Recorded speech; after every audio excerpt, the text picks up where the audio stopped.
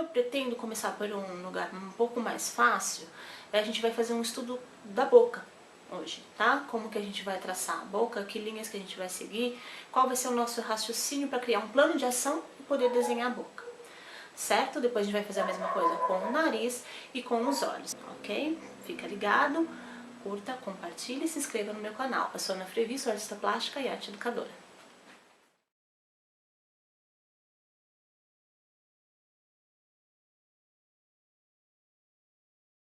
Traça uma linha vertical dividindo o lado esquerdo e direito e, na sequência, uma linha horizontal marcando a região da abertura da boca, com uma linha curva, imitando o movimento que a boca faria.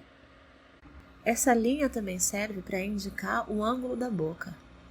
Agora você vai marcar o lábio superior e o inferior com traços mais geométricos e simplificados.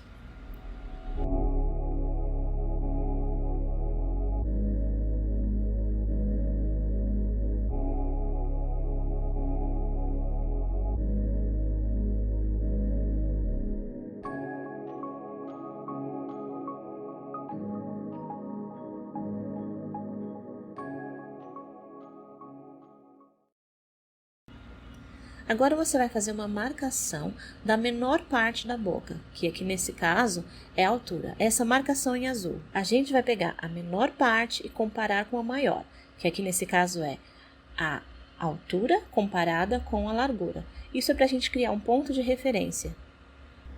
Vou retirar o modelo de trás para a gente perceber melhor como que vai ficar o nosso esboço. E agora a gente vai fazer a reprodução. Então eu começo fazendo um traço vertical e antes de fazer o traço da horizontal, eu vou primeiro escolher a medida de largura do meu desenho. No caso, eu sempre escolho a medida maior e a menor é proporcional a ela. Depois de escolher uma largura qualquer, eu vou usar uma altura proporcional.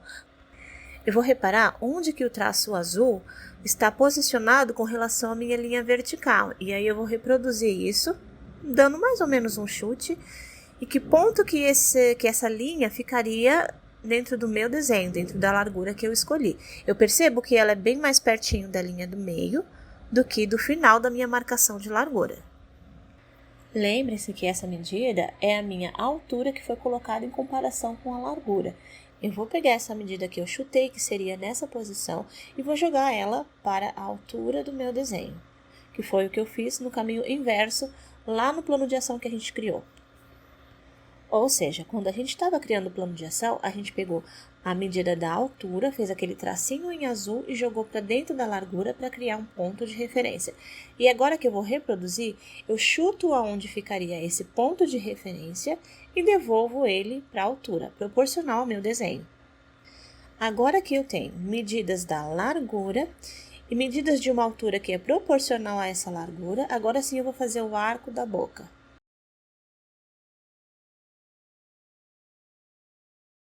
Agora eu vou fazer o traçado, repetindo aquela ideia, de formas bem simples e geometrizadas.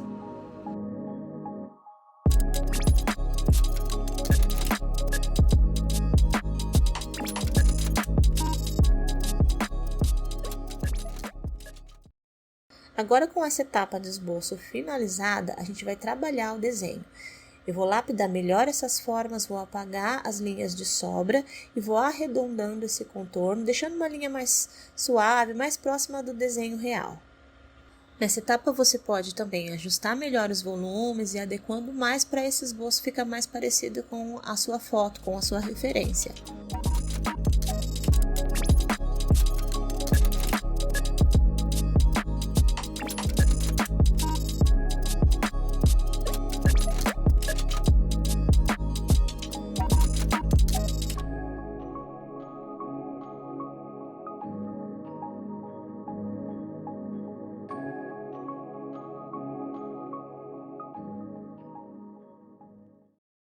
Agora a gente vai para o preenchimento da forma, que é uma etapa do sombreamento onde eu marco o volume geral desse desenho com um tom médio. Percebam que eu vou direcionando os riscos como se eu estivesse modelando uma forma 3D, como se fosse uma massinha e eu estivesse alisando essa massinha na direção da boca mesmo. Então, você vai ter riscos para cima, inclinados para a esquerda, inclinados para o centro, inclinado para a direita e a mesma coisa na parte de baixo da boca, com os riscos voltados para baixo. Isso vai aumentar a sensação 3D do seu desenho. Continua esse preenchimento até você ter os volumes definidos, né? Um pouco mais marcados, mais próximos da fotografia, e aí você apaga a linha de contorno. No desenho realista, a gente não usa linhas de contorno, a gente usa o preenchimento da forma para causar a impressão da linha. Você pode repassar as áreas escuras quantas vezes você achar necessário até você ter o tom que você precisa. Você pode usar também esfuminho, algodão, borracha para você causar as áreas mais claras e ir aumentando a sensação de volume. Já consegui um efeito realista, mas você pode continuar, se quiser, lapidando mais ainda, polindo mais esse desenho, marcando mais células, mais brilhos, e com isso você vai conseguir um efeito ainda mais realista. É uma questão de gosto mesmo. Você pode polir esse desenho até o ponto que você achar que é interessante.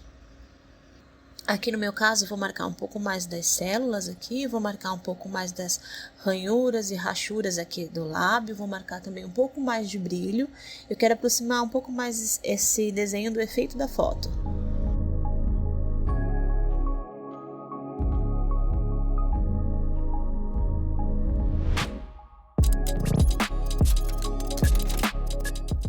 Lembrando que eu não fiz o grid, então eu não tenho a reprodução exata de cada linha de cada marcação.